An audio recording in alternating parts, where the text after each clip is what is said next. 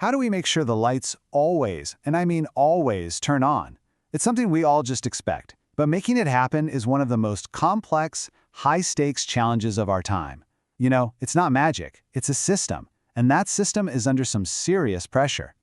I mean, think about it. The moment you flip that switch, you're plugging it into a massive continent-spanning machine that has to be perfectly balanced every single second of every single day. That kind of reliability doesn't happen by accident. It's all managed by these complex systems called electricity markets. But the real question is, are the systems we have today actually built for the future? So let's break down the core problem. You know, this entire debate really boils down to solving one single, fundamental economic issue. It's something grid operators have been wrestling with for decades. It's called the missing money problem. Okay, so before we can understand the problem, we have to know what the goal is. And that goal is a term you'll hear a lot, resource adequacy. It sounds simple, right? It just means making sure there's always enough power generation available to meet whatever demand is, plus a little extra for a safety margin, no matter what. Simple to say, but incredibly difficult to actually do. All right, so here's the crucial point. In a really basic market, a power plant only gets paid for the electricity it actually produces and sells. But what about that power plant that we only need for, say, a few hours a year during the absolute peak of a heat wave? If it can't earn enough money in those few critical hours to cover its costs for the entire year, well, no one's going to build it. That potential gap in revenue, that's the missing money, and it's the very reason we might not have the power we need when we need it the most. So to solve this missing money problem and guarantee that resource adequacy we were just talking about, the industry has really developed two very different approaches, two competing philosophies. And this right here is where the debate gets really interesting. Okay, so on one side, you've got what are called energy-only markets. You can think of this as a pure pay-for-performance model. You only get paid when you actually deliver the goods, the electricity. Then, on the other side, you have capacity markets. This is more like putting a firefighter on retainer. You pay generators a separate fee just for being available, making sure they're ready to jump into action at a moment's notice. Now, this table really breaks down these two philosophies using some real-world examples. On the left, you've got now Texas's ERCOT market, which is a classic energy-only design. It totally relies on wild price swings to reward generators. Then on the right, you have the PJM market, which covers a big chunk of the Northeast. It uses a capacity market, which offers steady, predictable payments for future availability. You can see how this one design choice creates completely different risk profiles and, of course, attracts very different criticisms. So the ERCOT model is a high-risk, high-reward system.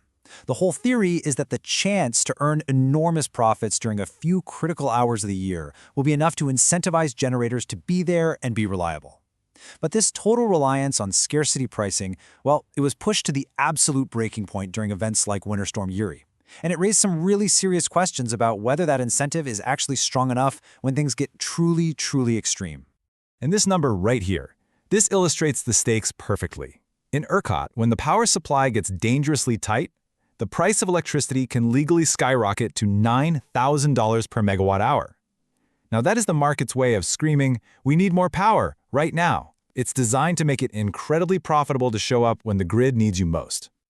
Now, on the other side of the coin, you have capacity markets, like PJM. They are built for stability. They reduce the financial risk for investors by basically guaranteeing them a revenue stream. But, and this is a major but, there's a downside. Critics argue that these payments can lead to building too many power plants, oversupply. And that oversupply dulls the market's price signals and can actually slow down the transition to a more modern grid by propping up older, less efficient power plants. So, just as this huge debate between these two market models was raging on, a whole new challenge showed up on the scene: the massive, incredible growth of renewable energy. And let me tell you, these new resources, they do not play by the old rules. The fundamental issue with sources like wind and solar is that their output is variable. They produce power when the sun is shining or the wind is blowing, not necessarily when the grid operator needs it most. This intermittency, as it's called, introduces a whole new layer of unpredictability that the traditional markets were just never designed to handle.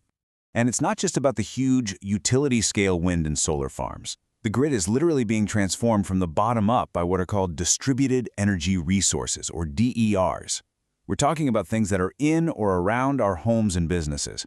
You know, rooftop solar panels, home batteries, our electric cars, and even smart thermostats that can adjust our energy demand. For the longest time, all of these small resources were basically invisible to the main grid operators. But that all changed with a landmark federal rule, FERC Order 2222. This order basically forces grid operators to open up their big wholesale markets to these smaller resources by allowing them to be bundled together or aggregated.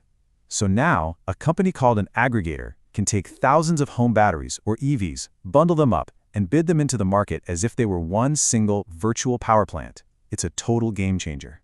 So with all these new challenges, all these new technologies, how in the world do we build a grid that is both reliable and ready for this new world of energy? Well, the analysis really points toward two absolutely crucial strategic recommendations. You see, the path forward isn't really about choosing between those two old market models. It's about evolving beyond them entirely. So first, we have to fully integrate the huge high-voltage transmission grid with a local distribution grid, and second, we have to reform our markets to start paying for what the modern grid actually needs most: flexibility.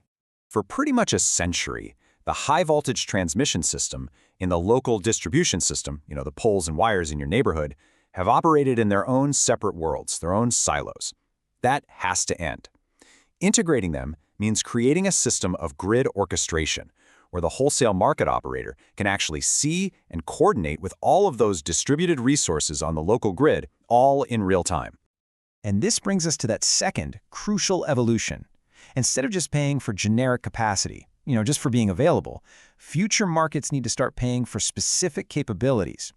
We need to create products that actually reward resources for things like the ability to ramp up and down super quickly, or to provide voltage support in one specific location on the grid. It's all about getting much more targeted, much smarter in what we're buying to keep the grid reliable. So at the end of the day, the grid of the future isn't a one-way street anymore, where power just flows from some big, distant power plant to your home. It's becoming this dynamic two-way network, and with rules like FERC Order 2022 and these new market designs that focus on flexibility, the answer to this question is increasingly yes. The battery in your car very well may be a crucial part of keeping the lights on for everyone,